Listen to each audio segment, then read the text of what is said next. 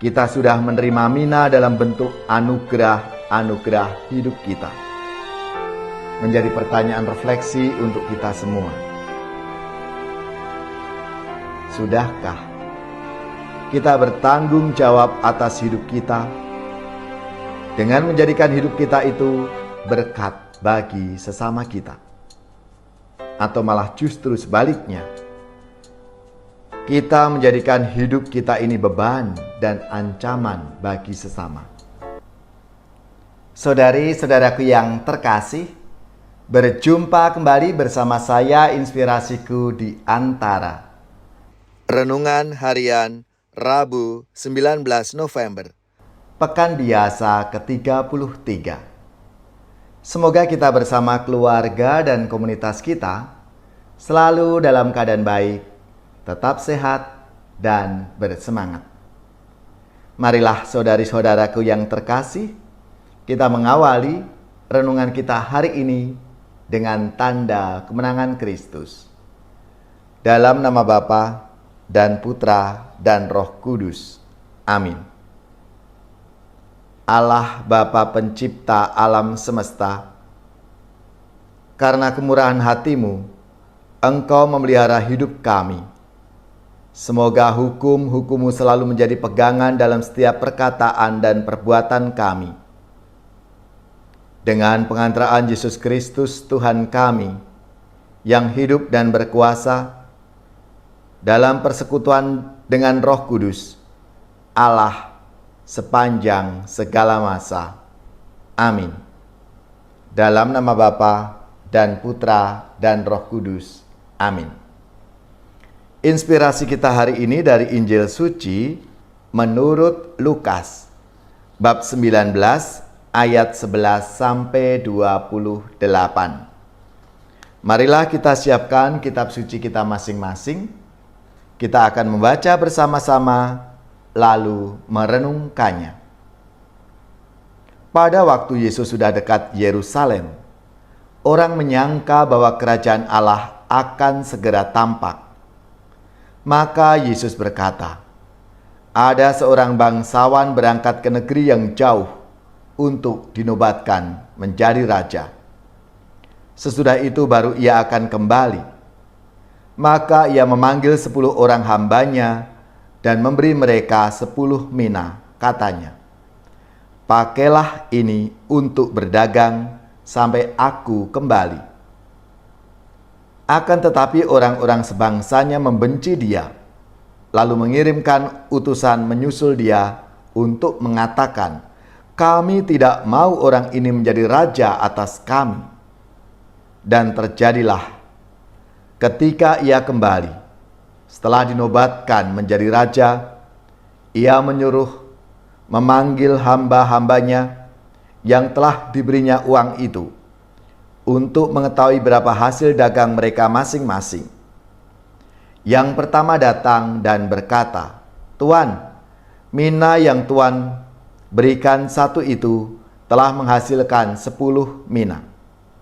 Katanya kepada hamba itu, 'Baik sekali perbuatanmu itu, hai hamba yang baik. Engkau telah setia dalam perkara-perkara kecil. Karena itu, terimalah kekuasaan atas 10 kota.' Datanglah yang kedua dan berkata, 'Tuan, mina Tuan telah menghasilkan 5 mina.' Katanya kepada orang kedua itu, 'Dan engkau kuasailah 5 kota.' Dan hamba yang ketiga datang dan berkata, 'Tuan, inilah mina Tuan. Aku telah menyimpannya dalam sapu tangan, sebab aku takut akan Tuan, karena Tuan adalah manusia yang keras. Tuan mengambil apa yang tidak pernah Tuan taruh, dan Tuan menuai apa yang tidak Tuan tabur.' Kata bangsawan itu, 'Hai hamba yang jahat, aku akan menghakimi engkau menurut perkataanmu sendiri. Engkau sudah tahu aku ini orang keras. Aku mengambil apa yang tidak pernah kutaruh dan menuai apa yang tidak kutabur. Jika demikian, mengapa uangku tidak kau berikan kepada orang yang menjalankan uang? Maka sekembaliku aku dapat mengambilnya serta dengan bunganya. Lalu katanya kepada orang yang berdiri di situ, ambillah mina yang satu itu dan berikanlah kepada orang yang mempunyai 10 mina itu. Kata mereka kepadanya, Tuhan, ia sudah mempunyai 10 mina.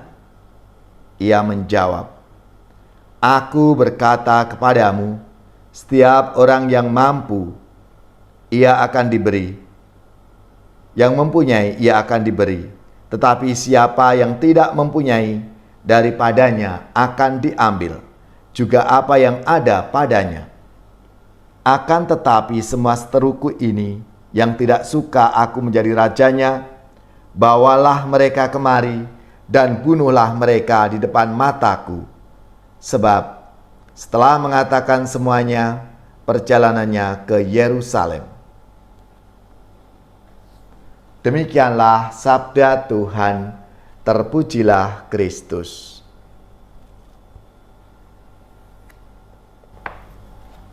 Saudari-saudaraku yang terkasih, lewat perumpamaan tentang mina, Yesus dengan sangat gamblang menggambarkan siapa sosok Allah itu. Bagi Yesus, Allah Bapa adalah pribadi yang telah mempercayakan mina kepada para hambanya, dan Bapa menuntut pertanggungan jawab atas mina itu. Siapapun orangnya, kalau dia mampu mengembangkan mina itu, pasti akan mendapatkan ganjaran, yaitu tanggung jawab yang lebih besar dan jaminan hidup surgawi. Saudari-saudaraku yang terkasih, kesetiaan kepada Allah ditampakkan dalam tanggung jawabnya mengembangkan mina yang telah diterimanya. Kita sudah menerima mina dalam bentuk anugerah hidup kita. Menjadi pertanyaan refleksi untuk kita semua. Sudahkah kita bertanggung jawab atas hidup kita dengan menjadikan hidup kita itu berkat bagi sesama kita? Atau malah justru sebaliknya, kita menjadikan hidup kita ini beban dan ancaman bagi sesama? Marilah saudari-saudaraku yang terkasih, melalui sabda Tuhan hari ini, kita semua diajak untuk menyadari akan rahmat dan kasih Tuhan, berkat Tuhan yang melimpah dalam hidup kita setiap hari.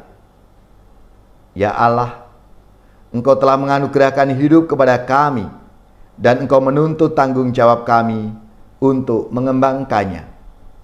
Semoga kami mampu menjadikan hidup kami anugerah yang berlimpah bagi sesama.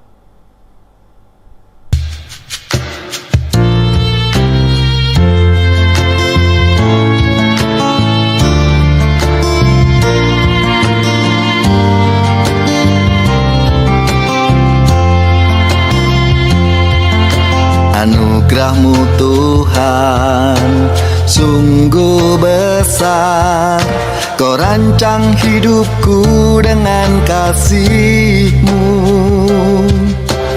Alam semesta raya indah mempesona, itulah tanda keagungan-Mu.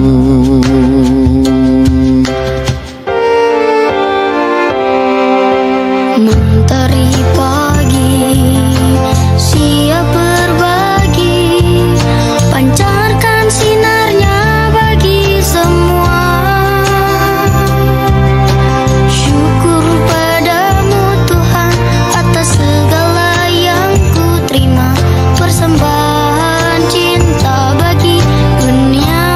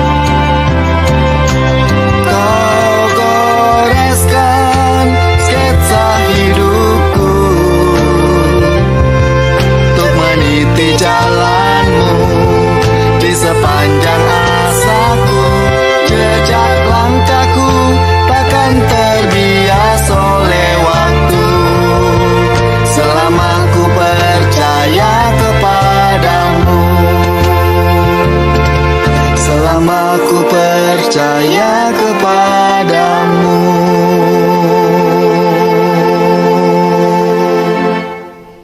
Saudari-saudaraku yang terkasih, marilah kita mengakhiri renungan kita hari ini dengan mohon berkat Tuhan dan kita akan menerima tugas perutusan. Marilah kita siapkan hati kita untuk menerima berkat-Nya. Semoga saudari-saudara sekalian, keluarga-keluarga dan komunitas kita, orang-orang yang kita doakan, mereka yang sakit, yang menderita, seluruh tugas, belajar, pekerjaan, usaha serta karya pelayanan kita dibimbing, dilindungi dan diberkati oleh Allah yang Maha Kuasa, Bapa dan Putra dan Roh Kudus. Amin.